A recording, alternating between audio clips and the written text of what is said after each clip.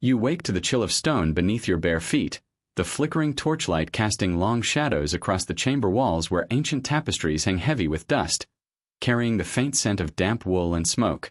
Your heart hammers like a blacksmith's forge, each beat echoing in the silence, broken only by the distant howl of wind through narrow arrow slits. At just 12 years old, your body still slender as a reed, you stand in a gown of stiff brocade that scratches against your skin. Its embroidery glitters like captured moonlight, but its weight drags you down like chains forged for someone else's destiny. The door creaks open, spilling a corridor's shadows into the chamber. Instantly, the world shifts. A man twice your age steps inside, his breath sour with the heavy sweetness of wine from the feast below, his eyes dark with the expectations of kingdoms. This is not the stuff of troubadour songs or whispered daydreams. This is your wedding night. And fear coils in your gut like a serpent, twisting tighter with each step he takes. Tonight, your innocence is no longer your own. It is transformed into a seal on alliances inked in blood and parchment. Your body becomes a vessel for heirs not yet conceived, heirs who are already demanded of you by men in velvet robes and iron crowns. Failure is unthinkable. A barren womb could mean annulment, disgrace, or worse, the agony of childbirth that might claim your life before dawn breaks. And yet this was the unspoken fate of countless noble girls in the Middle Ages, children promised to men they barely knew, expected to carry dynasties on shoulders not yet grown strong enough for their own burdens. But the history books rarely pause here, in these chambers of trembling fear. They record treaties, coronations, wars, but not the pale knuckles of a child bride gripping embroidered sheets, not the salt sting of tears hidden in the dark. This story belongs to Matilda, daughter of King Henry I of England. Born around 1102, Matilda grew up not as a cherished daughter, but as a pawn in a game played across kingdoms. Her father ruled over a realm that stretched from the misty shores of Normandy to the rugged hills of Wales. To him, she was less a child than a bargaining chip, her body the bridge that might link his dynasty to the vast dominions of the Holy Roman Empire. In 1109, when Matilda was barely 7 years old, envoys from Emperor Henry V arrived at the English court. These men spoke in the language of politics, not childhood. They brought proposals sealed in wax and promises of glory.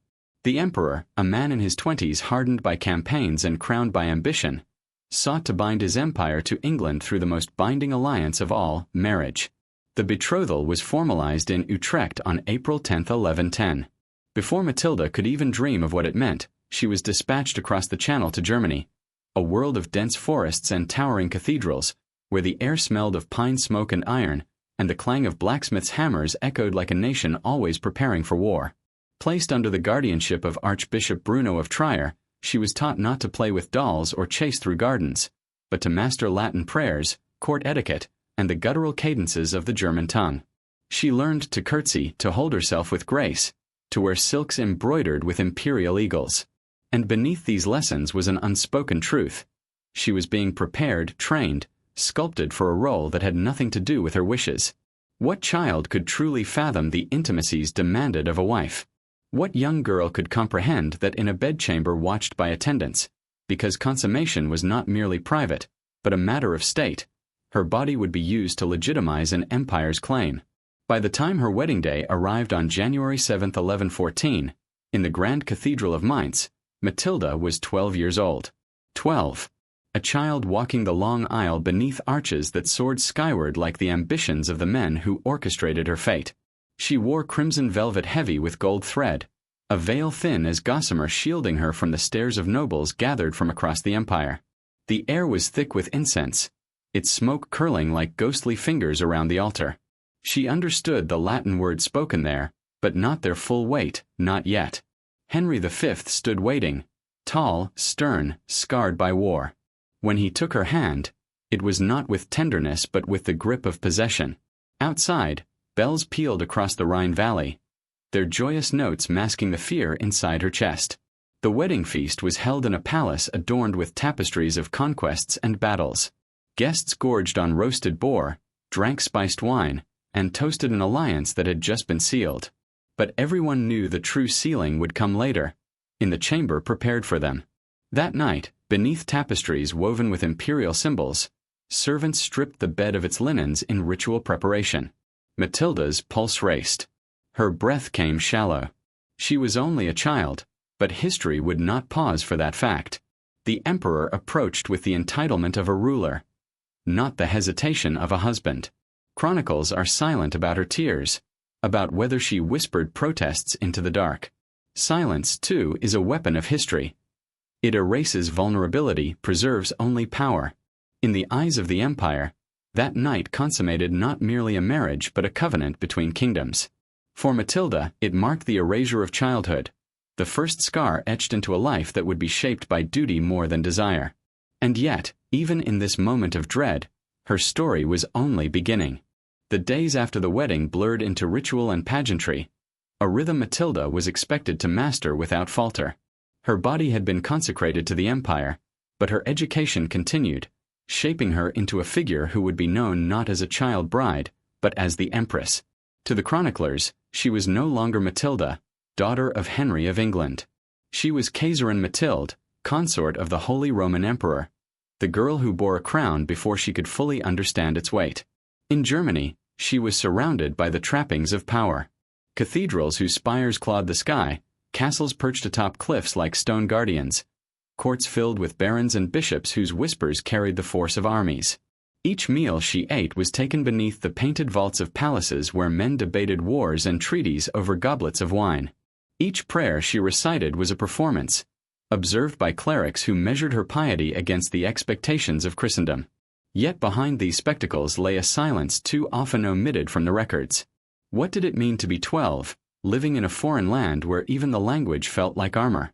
Matilda learned German and Latin quickly, but not by choice. She learned to keep her face composed when spoken of as if she were a treasure chest holding future heirs. She learned to kneel for blessings that sanctified her womb as a vessel of divine inheritance. The marriage was more than personal, it was a political weapon. Henry V had enemies both inside and outside the empire, rebellious dukes, ambitious bishops, and rival monarchs who challenged his authority. By binding himself to England, he secured not only an alliance but the legitimacy that came with marrying a king's daughter. To him, Matilda was a living shield. To her father, she was a golden bridge across the continent. To herself, she was still a girl navigating a world of iron and ritual, where affection was never guaranteed. The imperial court kept her under constant scrutiny. Every smile, every bow, every glance at her husband could be noted and interpreted. Did she seem dutiful enough? Did she appear as a fitting consort?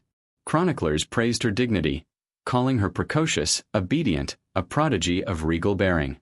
Yet such words hid the deeper truth, that a child forced into adulthood has little choice but to appear composed. Years passed, and the weight of expectation pressed harder. Though married, Matilda bore no children. Whispers began to circulate in cloisters and courtyards. Was she too young? Was the emperor cursed? Was God withholding favor? In an age when the worth of queens was measured by their fertility, each month that passed without an heir was a shadow across her reputation. Still, Henry V valued her presence. She traveled with him on campaigns, rode in the train of imperial processions, and presided at ceremonies where bishops bent the knee. There are fragments of letters and chronicles that describe her as regal, intelligent, composed beyond her years. If she wept in the silence of her chambers, history did not bother to record it. Then, in 1125, the world shifted. Henry V, hardened by war and weakened by constant campaigning, fell gravely ill. He died on May 23 in Utrecht. He was only in his late 30s. Matilda was 23. No heirs had been born of their union. For all the empire's pomp, their marriage left no living legacy. At least, not in blood. Matilda returned to her father's court in Normandy bearing a new title, the Empress. It was a hollow crown, but it granted her a stature few women could claim. She was no longer merely a pawn to be traded. She was a widow of an emperor, cloaked in both dignity and isolation. Her childlessness became both a curse and a shield. Some whispered that she was barren, others that the emperor himself had been too consumed by politics and illness. Whatever the truth, it set her apart in ways she could not yet see. Her father, King Henry I, recognized the advantage. An empress daughter was a valuable asset in the chessboard of dynasties. Matilda's empty womb did not end her story. It gave her a new chapter. She would soon be thrust into one of the fiercest succession crises England had ever seen, one that would embroil her in battles not only for power but for survival. But in those first nights of widowhood, sitting alone in chambers draped in imperial banners that no longer had meaning, the silence must have been deafening. She had been married at 12, crowned at 13, widowed at 23.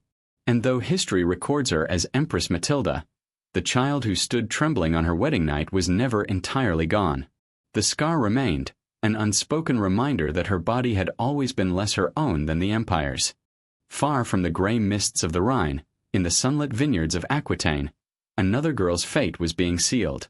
Eleanor, fiery, intelligent, and barely 15, stood at the crossroads of history.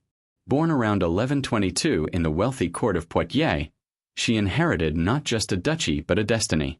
Upon her father's death in 1137, she became Duchess of Aquitaine, heiress to lands that stretched from the Pyrenees to the Loire, one of the richest territories in medieval Europe. If Matilda's childhood had been shrouded in incense and iron discipline, Eleanor's was steeped in music, poetry, and the sharp scent of lavender carried on the Atlantic breeze. Troubadours filled her court with songs of courtly love, knights competed in tournaments beneath her family's banners, and the rolling vineyards promised endless wealth. Yet this abundance was also a curse, for a duchy so vast could not remain unguarded for long.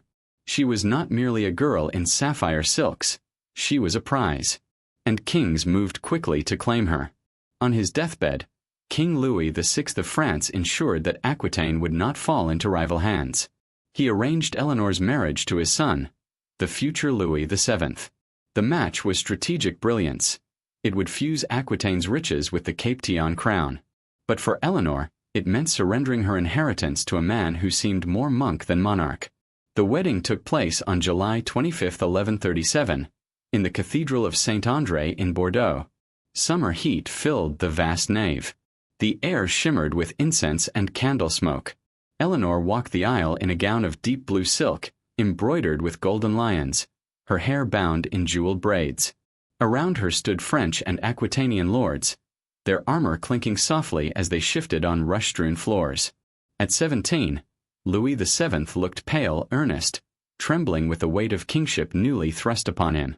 When he placed the ring upon Eleanor's finger, his hand shook not from passion but from anxiety. The feast that followed was a spectacle. Roasted peacocks served with gilded beaks, minstrels singing verses of love and valor. Yet beneath the music, Eleanor's mind lingered on what awaited her beyond the revelry. The marriage bed. In medieval courts, consummation was no private matter. Priests blessed the sheets, courtiers toasted to fertility with goblets of spiced wine, and attendants led the couple to their chamber as if to a ritual sacrifice. Eleanor's heart raced. She was no timid girl. Chroniclers would later describe her as spirited, sharp-tongued, unafraid of speaking her mind. But in that moment, she too was a child about to cross into a world shaped by duty. Louis, raised in cloisters and steeped in churchly austerity, approached her with awkward hesitation. His devotion to the church warred with the carnal demands of kingship. Some sources even suggest he saw the act of consummation as tainted by sin, his piety leaving Eleanor to navigate a night fraught with both apprehension and disappointment. The years that followed brought little comfort. Their union produced only daughters, Marie in 1145, Alex in 1150. No sons to secure the dynasty. Whispers began to circulate in the Parisian court. Was God displeased? Was the union cursed? The pressure mounted, for Eleanor's worth, like Matilda's before her, was measured in heirs. Yet Eleanor was not one to be silenced by expectation.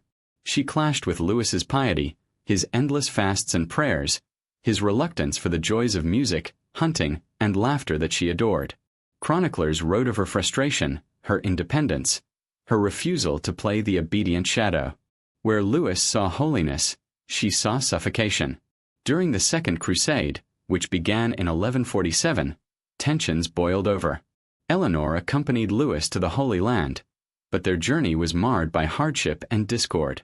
At Antioch, she reunited with her uncle, Raymond of Poitiers, a man of charm and charisma. Rumors spread like wildfire that she had grown too close to him. accusations of an affair that have never been proven but revealed the deep fracture between her and her husband. By 1152, the marriage was untenable. The official reason for annulment was consanguinity, that they were too closely related by blood. But everyone knew the truth. Eleanor and Louis were incompatible in every sense. She was too bold, too independent, too alive for a man who saw kingship as a monastic duty. Yet from the ashes of this failed marriage, Eleanor rose stronger. Mere weeks after the annulment, she married Henry Plantagenet, the future Henry II of England.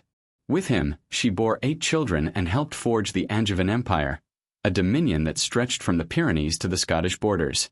She became one of the most influential women of the Middle Ages, queen of both France and England, patroness of poets, mother of kings.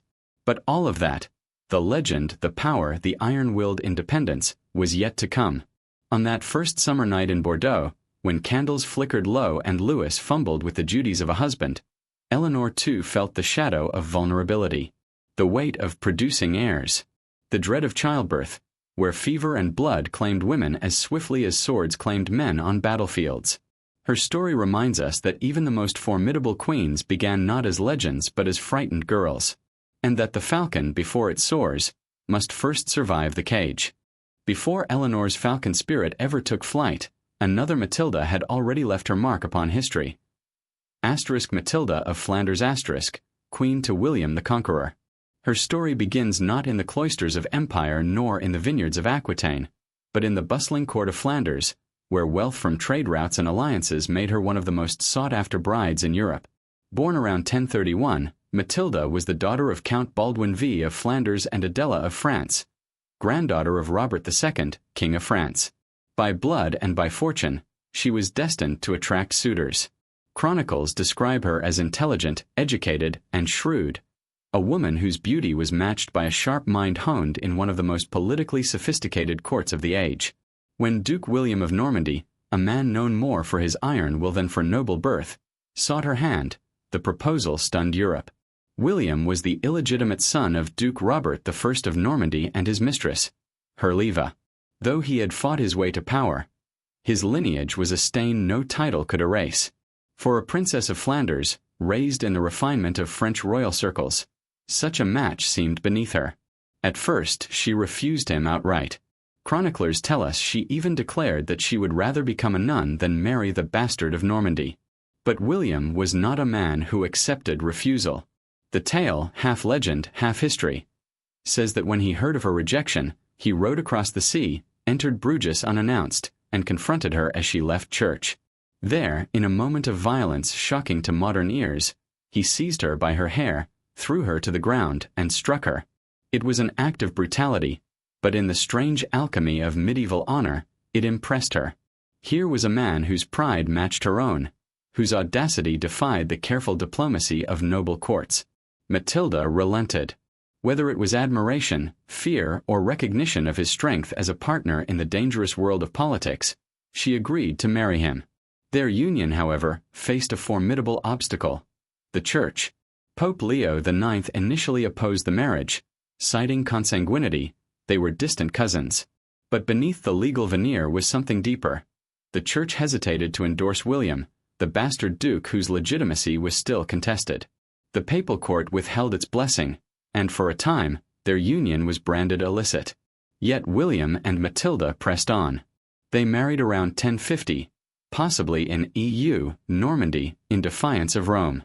Their partnership would prove one of the most consequential in medieval history. Unlike many noble brides, Matilda did not fade into the background of her husband's ambition. She became his confidant, his regent, and his equal in spirit. When William crossed the Channel in 1066 to claim the English throne, it was Matilda who governed Normandy in his absence, issuing charters, raising troops, and ensuring the duchy remained loyal. Chroniclers speak of her authority with respect, an acknowledgement rare for women of her age. And in the intimacy of their chambers, their marriage was unusually fruitful.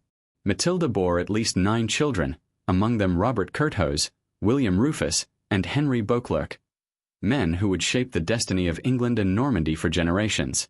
Unlike the anxious silence of Matilda of England's childless imperial marriage, Matilda of Flanders's womb was prolific. her survival through repeated childbirths almost miraculous for the time.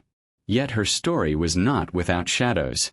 As William's queen, she bore the weight of his violence, his ruthless campaigns, and the bloodshed that secured their dynasty. The Bayeux Tapestry, that great embroidery of conquest, depicts ships, battles, and oaths, but woven into its threads is also the silent presence of the queen who made it possible. Tradition holds that Matilda and her ladies oversaw its creation, ensuring her husband's legacy was stitched into history. By the time of her death in 1083, she was more than the Duchess of Normandy, more than the consort of a conqueror. She had carved out a place as one of the most influential queens of the Middle Ages, a woman whose defiance of Rome, endurance of William's iron temper, and mastery of regency marked her as exceptional. But when we peel back the grandeur, what remains is a girl of 18, standing in a Flemish cathedral, her hand in that of a bastard duke, about to begin a marriage that the Pope himself forbade. Did she tremble, as Matilda of England had before her? Did her heart pound with fear of what awaited her that night, when public ceremony gave way to private duty? Or did she already sense, with the keen mind her contemporaries praised, that her fate would entwine with one of the greatest upheavals Europe had ever known? For in her defiance lay the foundation of empires. And in her bed, history itself was born. If Matilda of Flanders represented endurance and Eleanor of Aquitaine embodied defiance, then Isabella of France, called by some the she-wolf of France, was the embodiment of vengeance. Her story, too, began with the innocence of youth, but it ended with the roar of rebellion that shook a kingdom. Born in 1295, Isabella was the daughter of King Philip IV of France, a ruler so ruthless he was called the Iron King. From childhood, Isabella was groomed to be both ornament and diplomat. Chroniclers admired her beauty, describing her as the fairest of the fair, but beauty alone could not shield her from her father's designs. For Philip, daughters were bargaining chips in the chess game of dynastic power. At 12, Isabella was betrothed to Edward II of England, sealing a fragile peace between France and England. The marriage was solemnized in January 1308 at Boulogne-sur-Mer. Picture it, a girl not yet ripened into womanhood, draped in blue and gold, sailing across the Channel to marry a man nearly twice her age. Bells tolled, choirs sang, but beneath the pageantry, Isabella must have felt the weight of leaving behind her homeland, her language, and her childhood. The first blow came swiftly. At her coronation in Westminster Abbey, Edward II publicly humiliated his new bride. Instead of showering Isabella with honor, he lavished attention upon his favorite, Piers Gaveston. The jeweled coronation gifts that should have adorned Isabella's body were instead placed on Gaveston's neck. Courtiers whispered, barons seethed, and Isabella, barely a teenager, was forced to mask her shame behind a crown too heavy for her head. The early years of her marriage were a torment. Edward's devotion to his male favorites, first Gaveston, later the ruthless Despencer family, left Isabella sidelined, her role reduced to that of pawn and broodmare. Yet she bore him 4 children, including the future Edward III, ensuring the continuity of the Plantagenet line.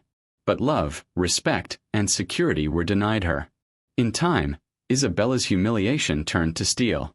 She played the obedient queen, but she never forgot her father's blood ran through her veins. She had inherited not only his beauty but his calculating mind and his iron will. The breaking point came in the 1320s. Edward's tyranny, fueled by his favorites, had alienated nobles and commons alike. Lands were seized, barons executed, dissent crushed with cruelty. Isabella herself was stripped of lands and income, her household reduced to poverty while the Despensers grew fat on plunder. To a woman raised in the glittering halls of the Capetian court, it was an unforgivable insult. In 1325, under the pretext of diplomacy, Isabella returned to France. There she began a liaison with Roger Mortimer, an exiled English nobleman and enemy of Edward. Their bond was more than love, it was a pact of power. Together, Isabella and Mortimer raised an army, sailed back to England in 1326, and ignited rebellion. The conquest was swift. Edward II was abandoned by his barons, captured, and forced to abdicate in favor of his son. Isabella, once the humiliated child bride, now ruled as regent beside her lover. Chroniclers record the sight of her, clad in armor, riding at the head of her troops, a queen who had become a conqueror. But triumph carried a shadow.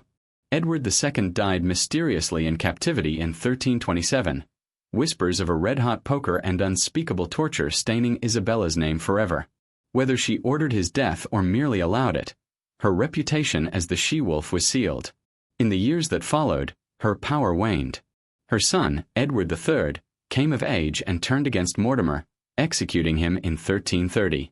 Isabella was spared execution but lived the rest of her life in relative obscurity, a queen turned prisoner of her own ambition. She died in 1358, buried with the heart of Edward II upon her chest, a final, unsettling gesture of a love twisted by betrayal. And so, Isabella's story closes the circle of these medieval brides. Like Matilda of England, she was wed in childhood.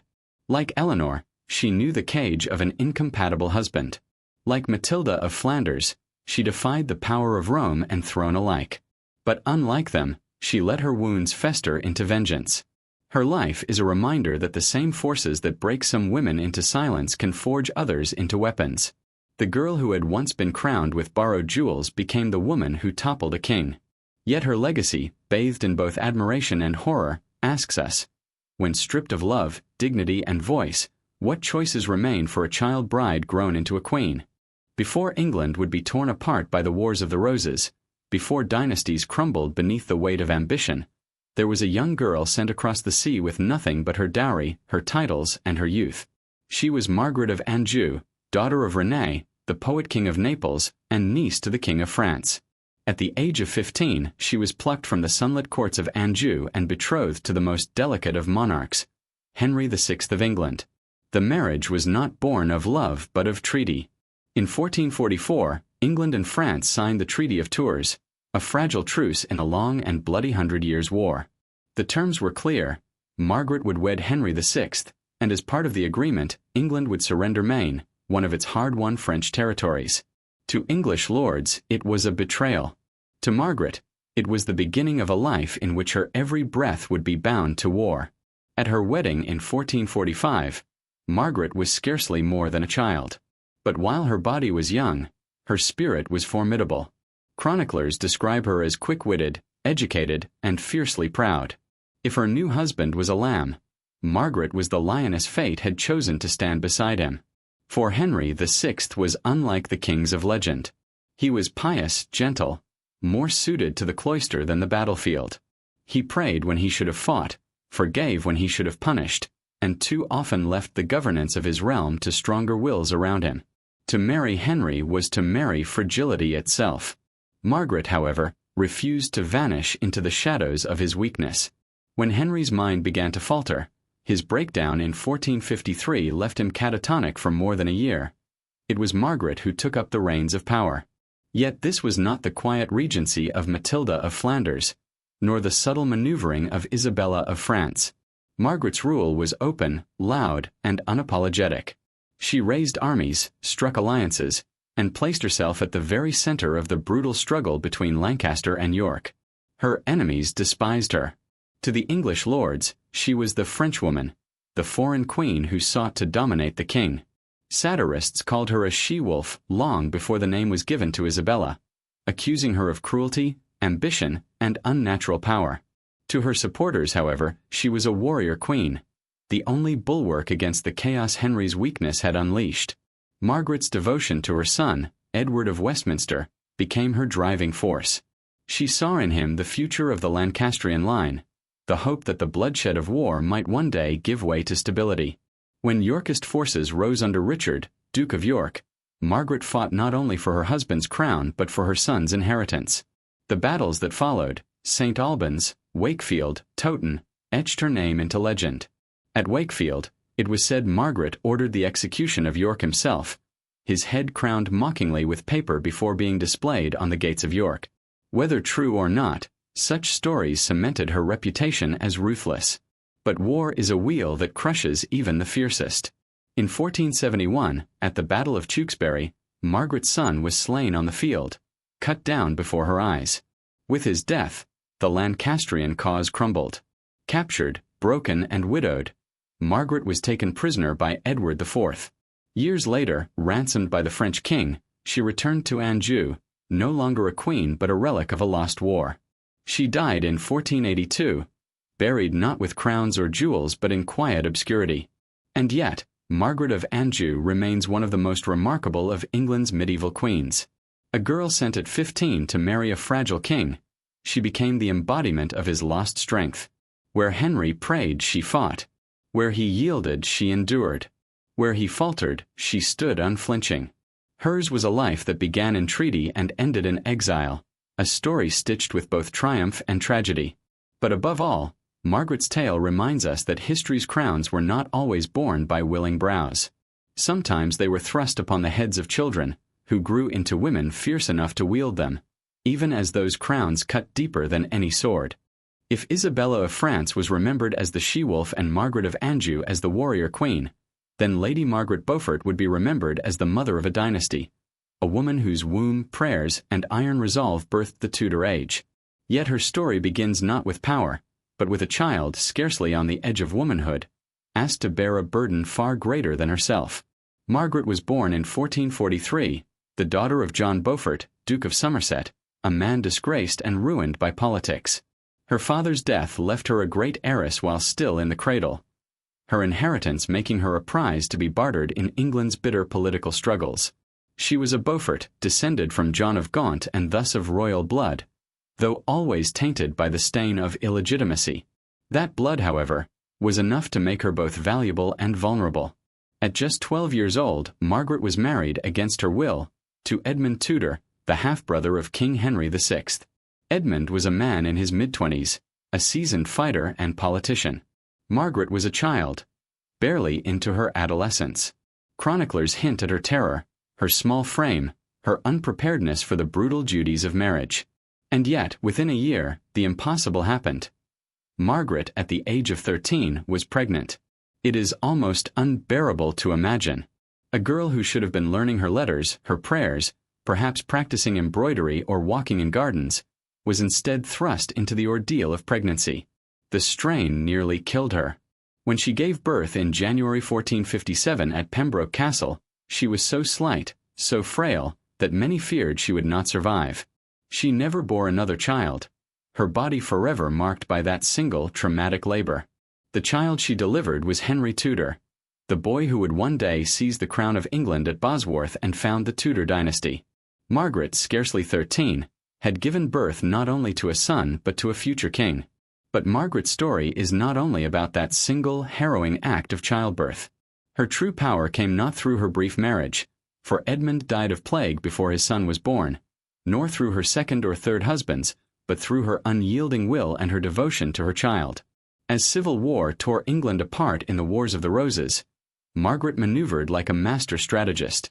Her son was her cause, her life's mission.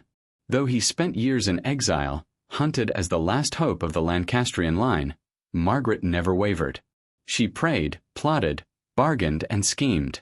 She used her marriages as alliances, her wealth as leverage, and her faith as armor. She was deeply religious, almost ascetic.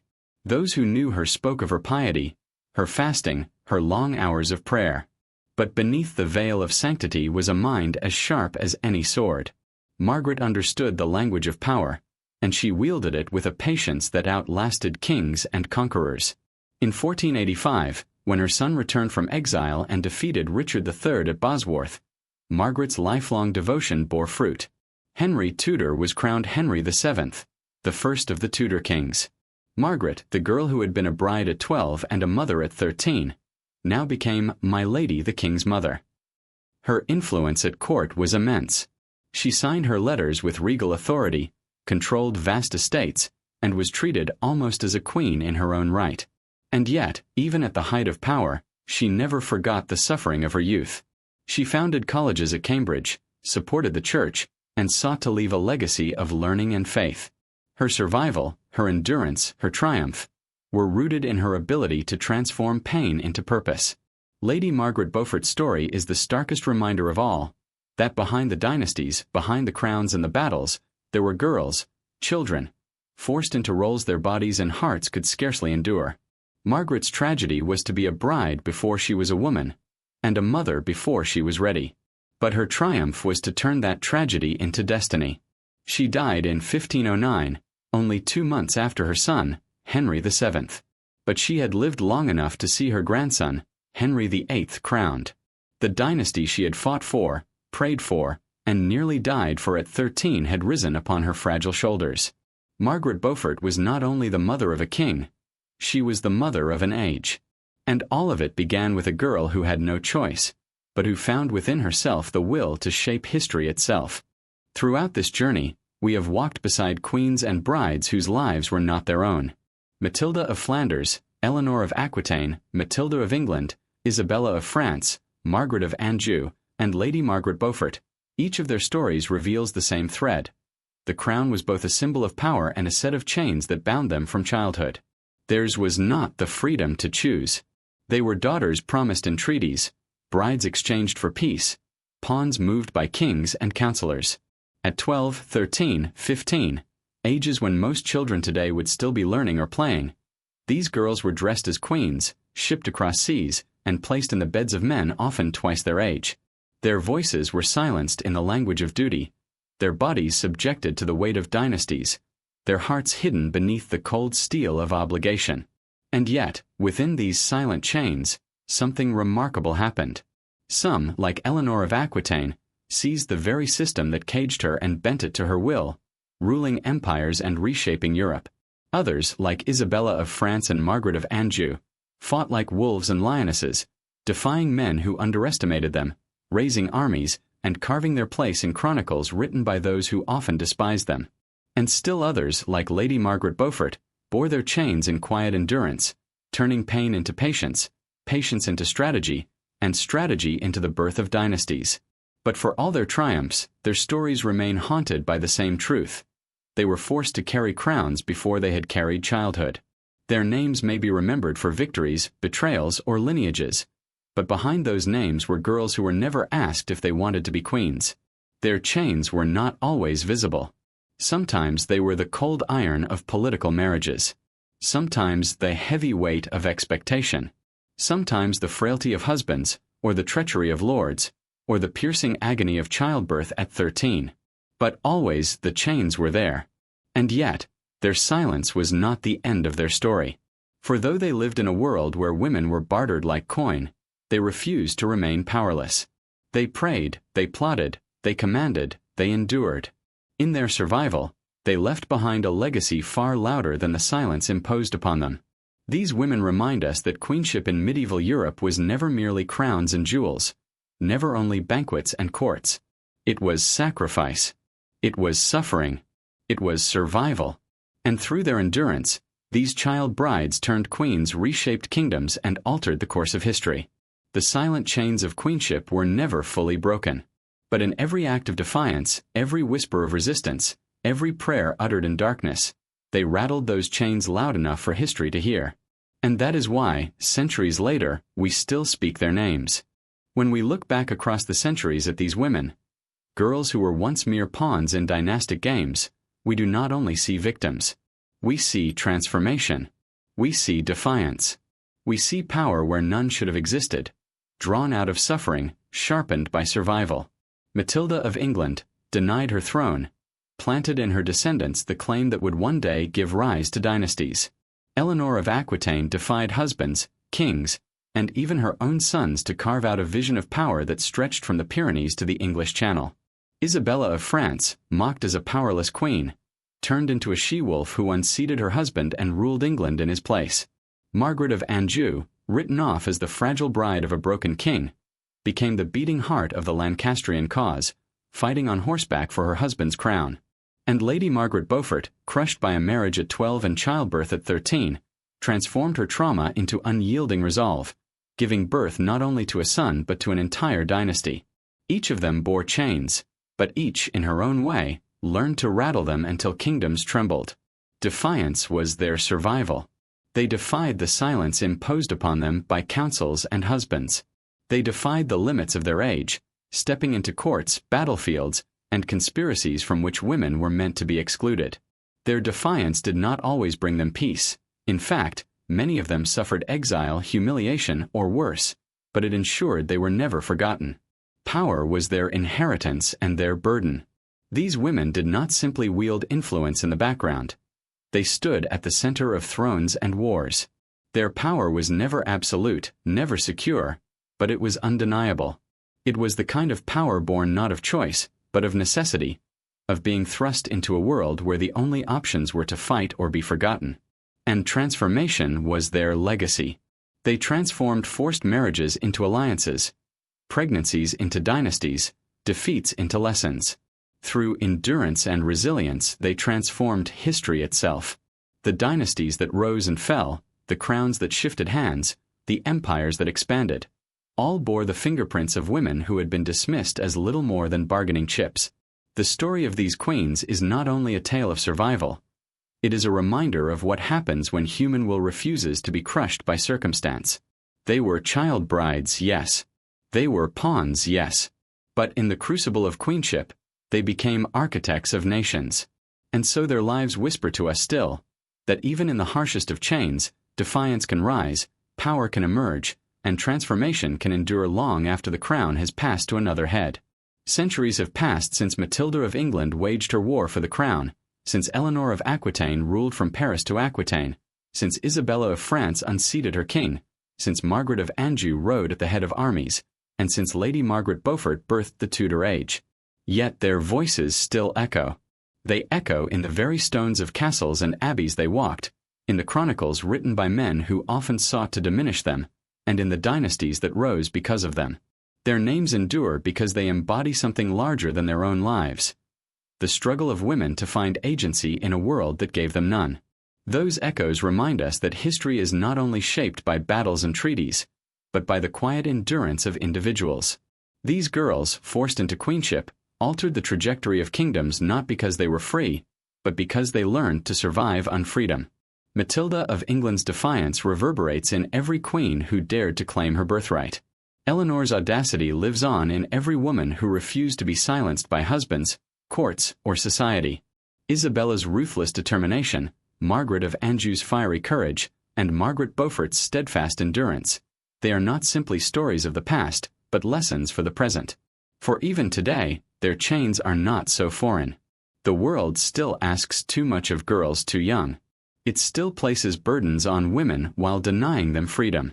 And yet, like the queens of long ago, defiance, power, and transformation remain possible. The echoes of their lives remind us that survival can be victory, that endurance can reshape history, and that even when voices are silenced, history still hears their cries. The crown they bore was heavy, but its weight was not in vain. Their suffering, their resilience, their triumphs, all ripple outward across centuries, shaping the stories we tell, the lessons we learn, and the futures we imagine. The queens are gone, but their echoes remain.